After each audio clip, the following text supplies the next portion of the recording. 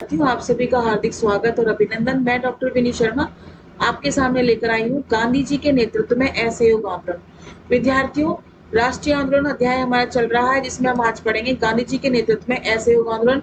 कानून की शिक्षा प्राप्त करने के लिए मोहनदास करमचंद गांधी इंग्लैंड चले गए और वहां से लौटने पर उन्होंने अपनी प्रैक्टिस शुरू कर दी थी।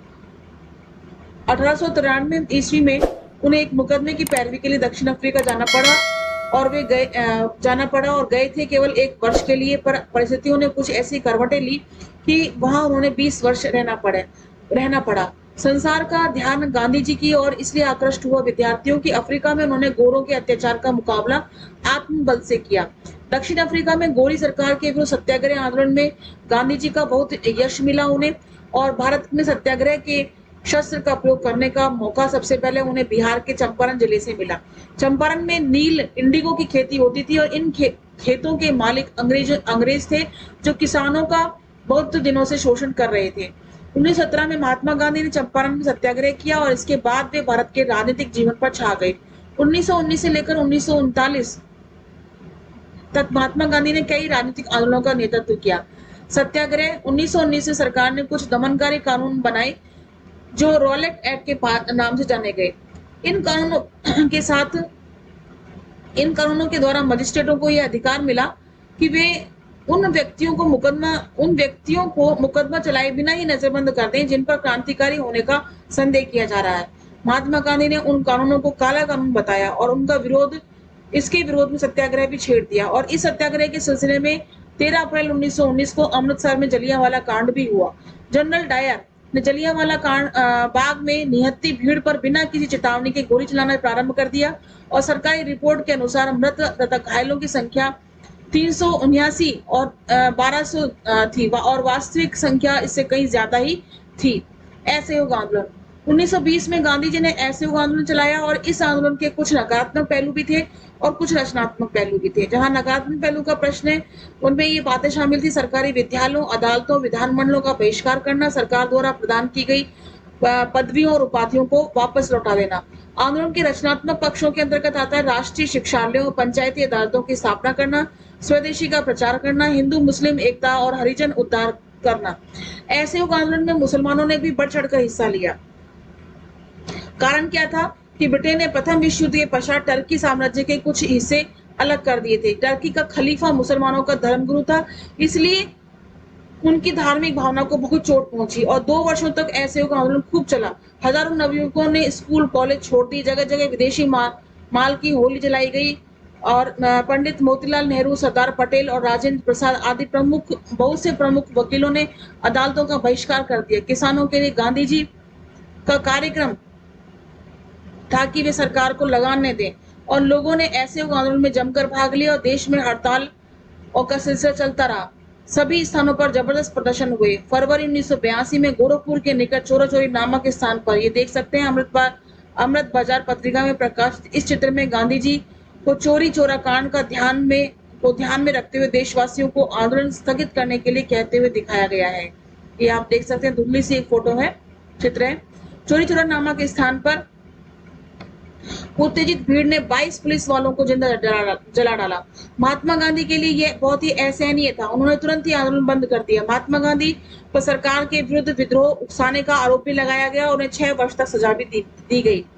स्वराज पार्टी की उपलब्धियां हमने ऊपर देखा कि 1922 में चोरी चोरा कांड के बाद प्रथम असहयोग आंदोलन स्थगित कर दिया गया। सभी बड़े बड़े नेता कारागार में डाल दिए गए। 1922 में गांधी जी को भी गिरफ्तार कर लिया गया था और 1924 में मुक्त किया गया। असहयोग आंदोलन के दौरान जो हिंदू मुस्लिम सद्भाव पैदा हुआ था, वह बढ़ने के बजाय और कम होता चला गया। ऐसी परिस्थितियों में नेहरू और चित्तरंजन दास का विचार यह था कि विधानमंडल का बहिष्कार न किया जाए, बल्कि उनमें प्रवेश पाकर वहीं से ब्रिटिश साम्राज्यवाद का विरोध किया जाए।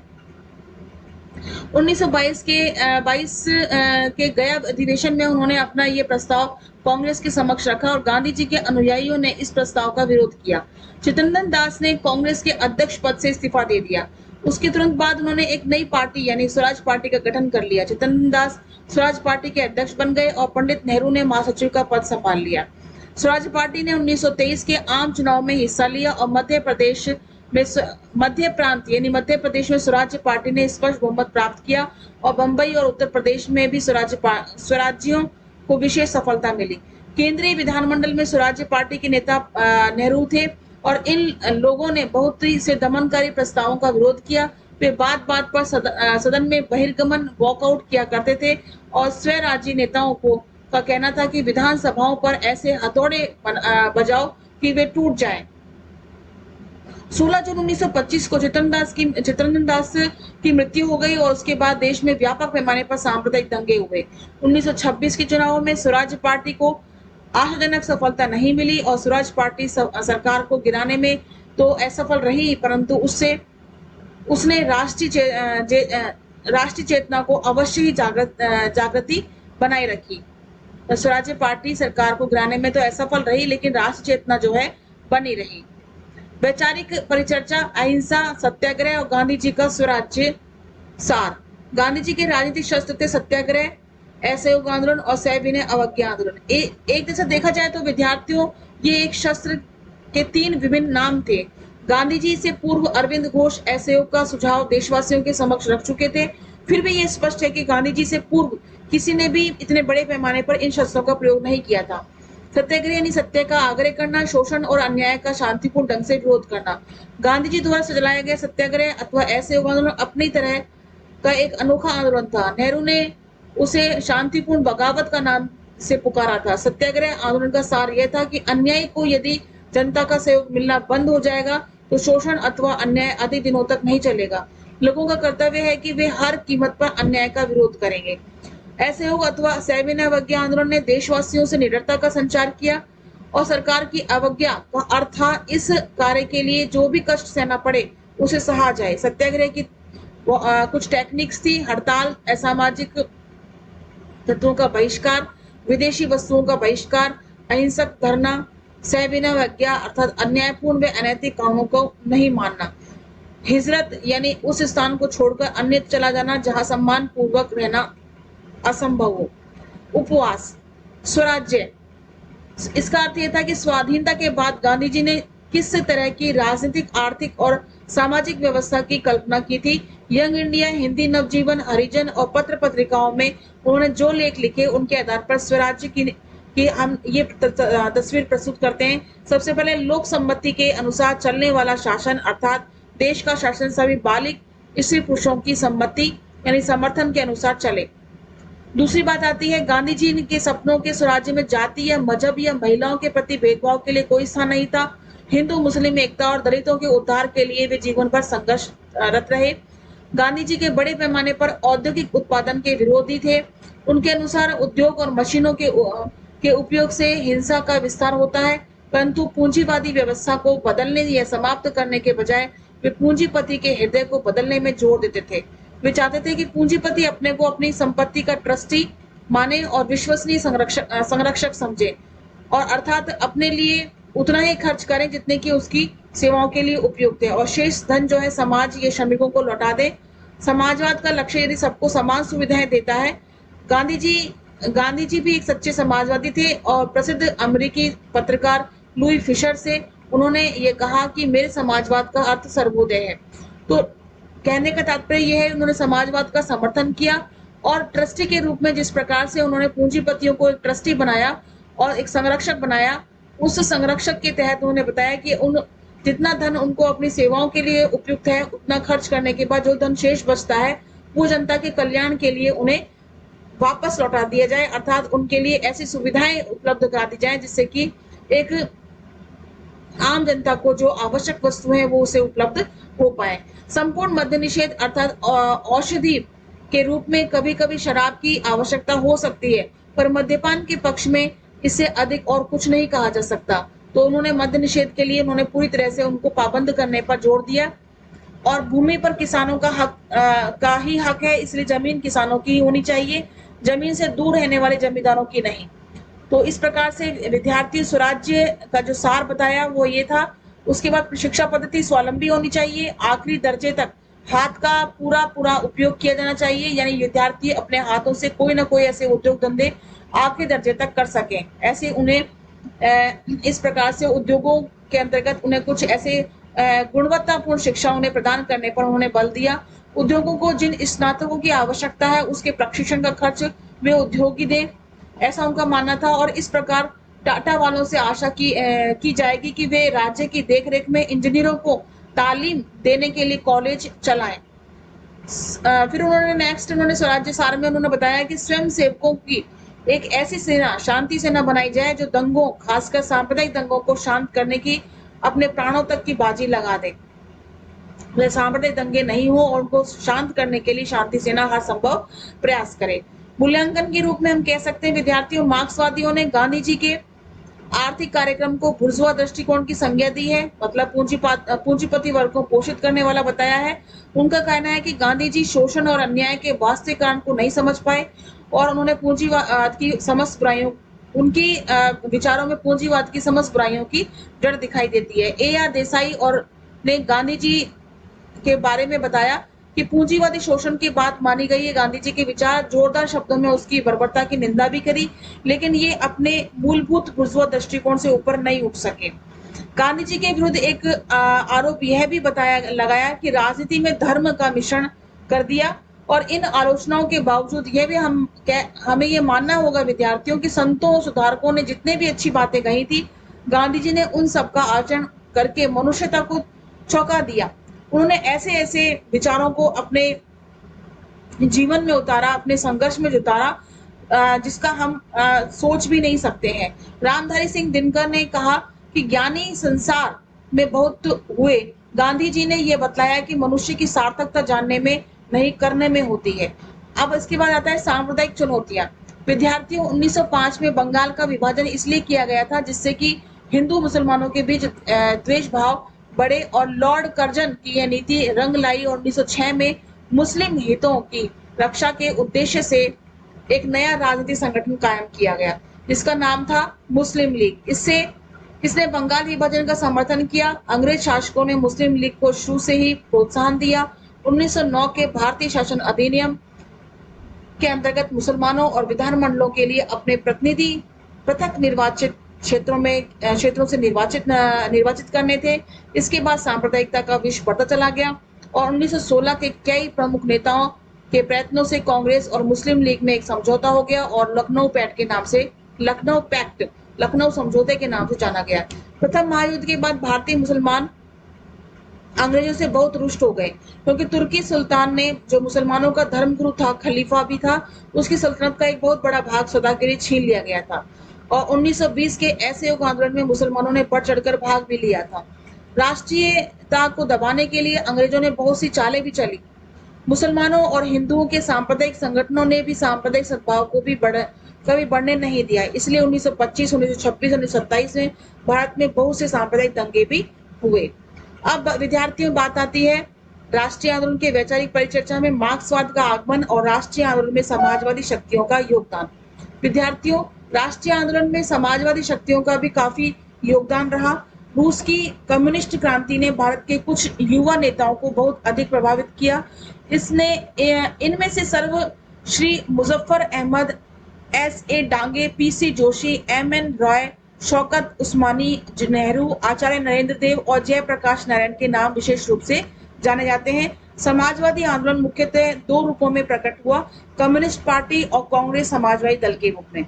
यहाँ हम दोनों ही दलों की भूमिका का वर्णन करेंगे। विद्यार्थियों कम्युनिस्ट पार्टी की भूमिका के बारे में बताते हैं। 1922 में असहयोग आंदोलन के स्थगित होने से देशवासियों में निराशा की भावना आ गई थी। उन दिनों बहुत से नवयुवक साम्यवाद की ओर आकृष्ट भी हुए थे। इनमें मुजफ्फर अहमद, एस चेटियार, डांगे और गुलाम हुसैन के नाम जाने जाते हैं। 1923 में मुंबई से दो समाजवादी पत्रिकाएं प्रकाशित की गई, अंग्रेजी में द सोशलिस्ट, मराठी में इंदु प्रकाश। उन्हीं दिनों मद्रास से नवयुग और बंगाल से धूमकेतु पत्र भी प्रकाशित हुए। 1925 में कम्युनिस्ट पार्टी की विधिवत स्थापना की गई। पार्टी का प्रथम अधिवेशन कानपुर में हुआ। 1927 से लेकर 1929 तक का काल देशव्यापी हड़तालों का काल था। इन हड़तालों में कम्युनिस्ट पार्टी की एक विशेष भूमिका रही और कम्युनिस्ट पार्टी ने किसानों को भी इस बात के लिए उकसाया कि वे जमींदारों को लगान न दें। 1928 में साइमन कमीशन मुंबई आया और उसका स्वागत हड़ताल से हुआ। इसके बाद ब्रिटिश सरकार ने कम्युनिस्ट पार्टी को खुले रूप में कार्य करने दिया और इसलिए 1942-43 तक उसके सदस्य गुप्त रूप से कार्य करते रहे। कानपुर षड्यंत्र केस 1924, मेरठ षड्यंत्र केस 1929 के संबंध में कई साम्यवादी नेताओं को कारागार में डाल दिया गया। मेरठ षड्यंत्र केस में प्रमुख साम्यवादी नेता मुजफ्फर अहमद को काले पानी की सजा दे दी गई। 1936 के बाद साम्यवादी काफी सक्रिय हो गए। इससे के बाद किसान सभा, अखिल भारतीय छात्र संघ के माध्यम से उन्होंने राष्ट्रीय आंदोलन को काफी बढ़ावा दिया और 1942 में भारत छोड़ो आंदोलन में उन्होंने कोई हिस्सा नहीं लिया। यही नहीं विद्यार्थियों, रूस में कम्युनिस्ट शासकों के निर्देशानुसार भारतीय कम्युनिस्टों ने सेकेंड वर्ल्ड वॉर के दौरान अंग्रेजों का साथ दिया। अपना खोया हुआ जनाधार फिर से मजबूत करने के लिए 1946 में कम्युनिस्टों ने तेलंगाना कृषक आंदोलन का नेतृत्व किया। किसानों का सशस्त्र विरोध 3-4 वर्षों तक चलता रहा। 1950 में भारत सरकार ने इसका दमन कर दिया। इसके बाद कांग्रेस समाजवादी दल 1934 की एक महत्वपूर्ण घटना थी कांग्रेस समाजवादी दल की स्थापना। इसके प्रारंभिक सदस्यों में आचार्य नरेंद्र देव, अच्युत पटवर्धन, जयप्रकाश नारायण, डॉक्टर लोहिया, कमला देवी चट्टोपाध्याय, यूसुफ मेहर अली, इनके नाम देखे जाते हैं। नेहरू और सुभाष बाबू का रुझान भी इस दल की ओर था। समाजवादियों ने स्वाधीनता संघर्ष के दौरान कांग्रेसियों के साथ कंधे से कंधा मिलाकर काम किया। कांग्रेस समाजवादी दल ने मजदूरों व किसानों को आजादी की लड़ाई में शामिल होने के लिए प्रेरित किया। इससे राष्ट्रीय आंदोलन को बल मिला। समाजवादी नेताओं का कहना था कि स्वतंत्रता के लिए संघर्ष तो केवल एक साधन मात्र है, लक्ष्य तो यह है कि सामाजिक अन्याय और आर्थिक विषमताओं को दूर किया जाए। क्रांतिकारी आंदोलन, गांधी जी के व्यक्तित्व के कारण आतंकवाद की शक्ति काफी घट चुकी थी, किंतु क्रांतिकारी आंदोलन को पूर्णतया समाप्त नहीं किया गया। 1925 में लखनऊ के समीप काकोरी नामक स्थान पर क्रांतिकारियों ने रेलगाड़ी खड़ी करके सरकारी खजाना लूट लिया। काकोरी केस में पंडित राम प्रसाद बिस्मिल, राजेंद्र लाहिड़ी, रोशन सिंह को फांसी की सजा दी गई और भगत सिंह प्रसिद्ध क्रांतिकारी अजीत सिंह के भतीजे थे। 1926 में उन्होंने पंजाब नौजवान भारत सरकार की स्थापना की। समाजवाद में उनकी दृढ़ आस्था थी। उनके अनुसार परिवर्तन की ताकतें भारत के खेतों और कारखानों में भी बसी हुई हैं। 1929 में सरदार भगत सिंह व बटुकेश्वर दत्त ने केंद्रीय विधानसभा में बम फेंका और इस केस में भगत सिंह, राजगुरु सुखदेव को फांसी की सजा भी मिली। यह बात बतानी आवश्यक है विद्यार्थियों की इनकलाब जिंदाबाद का नारा हमें भगत सिंह की ही देन है, हमें भगत सिंह से ही मिला। और प्रसिद्ध क्रांतिकारी मन्नत नाथ गुप्त लिखते हैं कि इनकलाब जिंदाबाद हमारी राजनीति में दूसरा महत्वपूर्ण नारा था। पहला नारा था वंदे मातरम। यहाँ देखिए जयप्रकाश नारायण, गांधी जी जयप्रकाश नारायण को भारतीय समाजवाद का सबसे बड़ा प्रामाणिक विद्वान मानते थे। जयप्रकाश के अनुसार समाज में जो घोर विषमता मौजूद है उसका प्रमुख कारण यह है कि उत्पादन के साधनों पर मुट्ठी भर लोगों का एकाधिकार है। 1952 में जयप्रकाश बाबू विनोबा जी के नेतृत्व में चलाए जा रहे सर्वोदय आंदोलन की ओर आकृष्ट हुए और 1973-74 में उन्होंने संपूर्ण क्रांति का नारा दिया। 1975 में श्रीमती इंदिरा गांधी द्वारा आपात स्थिति घोषित किए जाने पर जयप्रकाश नारायण ने लोकतंत्र की रक्षा का निश्चय भी किया। इसके बाद विद्यार्थियों बात आती है गांधी जी के नेतृत्व में चलाया गया सविनय अवज्ञा आंदोलन। सविनय अवज्ञा आंदोलन के इसी मोड़ पर भारत के लिए भावी संवैधानिक सुधारों के संबंध में साइमन कमीशन की नियुक्ति की गई और इसके 7 सदस्य अंग्रेजी थे। इसलिए इस आयोग के गठन में भारतीयों को बड़ी निराशा भी हुई और 13 फरवरी 1928 को आयोग जब मुंबई पहुंचा तो इसका स्वागत देशव्यापी हड़ताल से हुआ। आयोग के सदस्य जहां गए वहां साइमन वापस जाओ के नारे से उनका स्वागत किया गया और भारतीयों ने साइमन आयोग के गठन की तीव्र आलोचना की। सरकार ने भारतीय नेताओं को यह चुनौती दी कि वे ऐसा संविधान बनाकर दिखाएं जो भारत के सभी दलों को स्वीकार्य हो। कांग्रेस ने मोतीलाल नेहरू की अध्यक्षता में एक समिति गठित की जिसने नेहरू रिपोर्ट पेश की। गांधी जी ने सरकार को यह चेतावनी दी कि वे 31 दिसंबर 1929 तक नेहरू रिपोर्ट को स्वीकार कर ले और अन्यथा कांग्रेस सविनय अवज्ञा आंदोलन चलाएगी। ब्रिटिश सरकार नेहरू रिपोर्ट स्वीकार करने के लिए तैयार नहीं थी। यहाँ सबसे बड़ी बात देखने की यह है विद्यार्थियों, कांग्रेस ने मोतीलाल नेहरू की अध्यक्षता में एक समिति गठित की जिसने नेहरू रिपोर्ट पेश की और गांधी जी ने सरकार को ये चेतावनी दी कि वह 31 दिसंबर 1929 तक नेहरू रिपोर्ट को स्वीकार कर ले, अन्यथा कांग्रेस सविनय अवज्ञा आंदोलन चलाएगी। ब्रिटिश सरकार नेहरू रिपोर्ट स्वीकार करने के लिए बिल्कुल भी तैयार नहीं थी, जबकि उनको चैलेंज किया गया था कि वे एक ऐसा संविधान बनाकर दिखाए जिससे कि वे भारत को चलाने में सक्षम हो सके। तो ये जो नेहरू रिपोर्ट है वो मोतीलाल नेहरू की अध्यक्षता में ही की गई थी। सविनय अवज्ञा आंदोलन 1929 का कांग्रेस अधिवेशन लाहौर में संपन्न हुआ और इस अधिवेशन की अध्यक्षता नेहरू ने की थी। और इस समय देश का वातावरण काफी उत्तेजनापूर्ण था और कांग्रेस ने पूर्ण स्वराज्य की घोषणा की थी।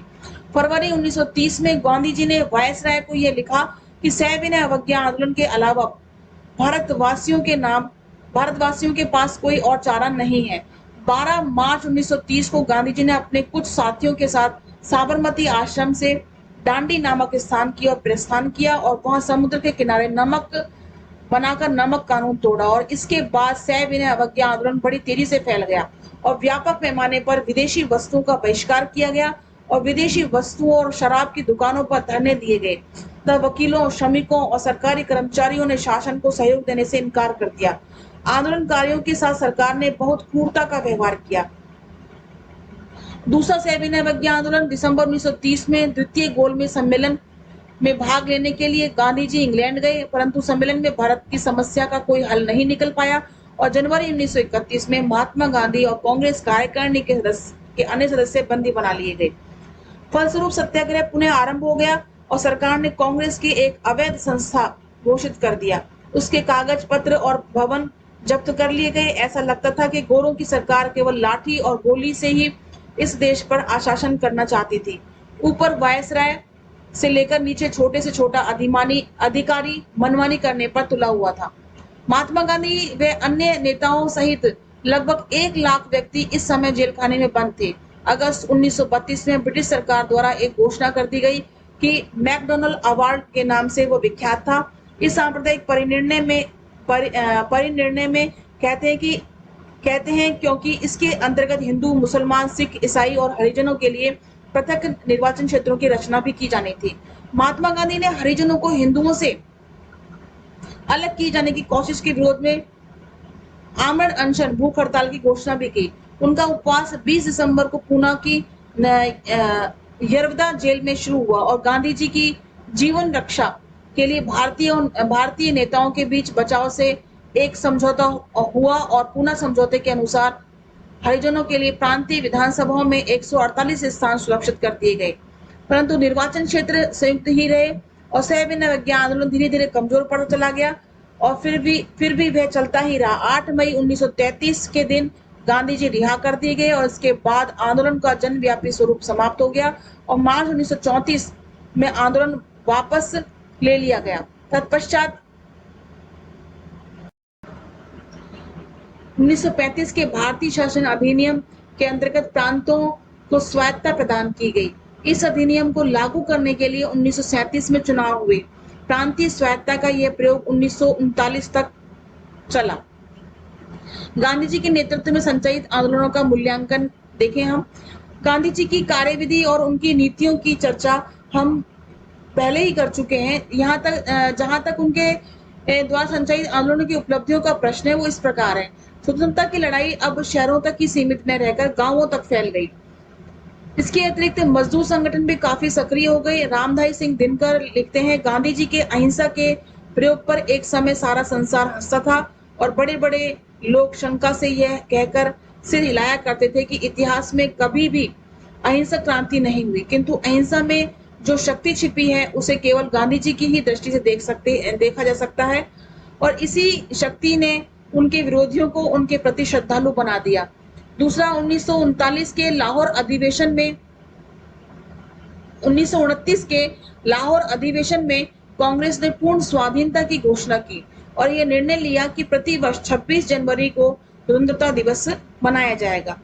मजदूर और किसान संगठन काफी सक्रिय हो चुके थे। 1920 के बाद मजदूरों ने बंबई, कानपुर, कलकत्ता, मद्रास और अहमदाबाद में कई बड़ी हड़तालें की। 1937 के चुनाव में कांग्रेस उम्मीदवारों को विजयी बनाने में मजदूरों का बहुत बड़ा हाथ था। जहां तक राष्ट्रीय आंदोलन की विफलताओं का प्रश्न है बच्चों, उनकी चर्चा इस प्रकार की जा सकती है। प्रथम, आंदोलन की सबसे बड़ी विफलता थी हिंदू मुसलमानों के बीच बढ़ती हुई खाई, सांप्रदायिक वैर भाव का सारा दोष अंग्रेजों के मत्थे चढ़ता गया मरता गया और उन्होंने सांप्रदायिकता को प्रोत्साहन दिया। स्वयं भारतीय भी आपस में कोई समझौता नहीं कर पा रहे थे। तीसरा दू, दूसरा विद्वानों का विचार है कि भारतीय राजनीति में टर्की के खलीफा के प्रश्न को ला खड़ा करना उचित नहीं था। इसी प्रकार गांधीवादी कार्यक्रम में कुछ ऐसी और भी बातें शामिल थी जिन पर स्पष्ट धार्मिक प्रतीकों की छाप थी, जैसे कि गोरक्षा और वन व्यवस्था। मार्क्सवादियों को कहना है कि राष्ट्रीय आंदोलन धार्मिक रीति रिवाजों की गलत नींव पर आधारित था। तीसरा, आंदोलन का क्षेत्र भले ही व्यापक हो गया हो, पर उसका नेतृत्व उच्च मध्यम वर्गों के हाथों में ही रहा। स्वतंत्रता के बाद ये लोग ही शासन के कर्णधार बन गए और ऐसी स्थिति में भूख से मरने वाले लाखों करोड़ों लोगों के हितों की रक्षा कैसे हो सकती थी। तो इस प्रकार से विद्यार्थियों महात्मा गांधी का बहुत ही जो स्वतंत्रता आंदोलन में अंतर्गत जो भी कार्यक्रम था वो काफी सफलतापूर्वक रहा। कुछ विफलताएं रही, लेकिन वे विफलताएं भी काफी हमारे लिए शिक्षाप्रद हैं, जिसके आधार पर हम अपने राष्ट्रीय आंदोलन से संबंधित नेताओं को हम आज भी हम याद करते हैं, उनका सम्मान करते हैं। नेक्स्ट वीडियो में हम जानेंगे विश्व युद्ध और भारत छोड़ो आंदोलन की क्या परिणति थी। इसके साथ ही यह वीडियो हम यहीं समाप्त करते हैं। नमस्कार।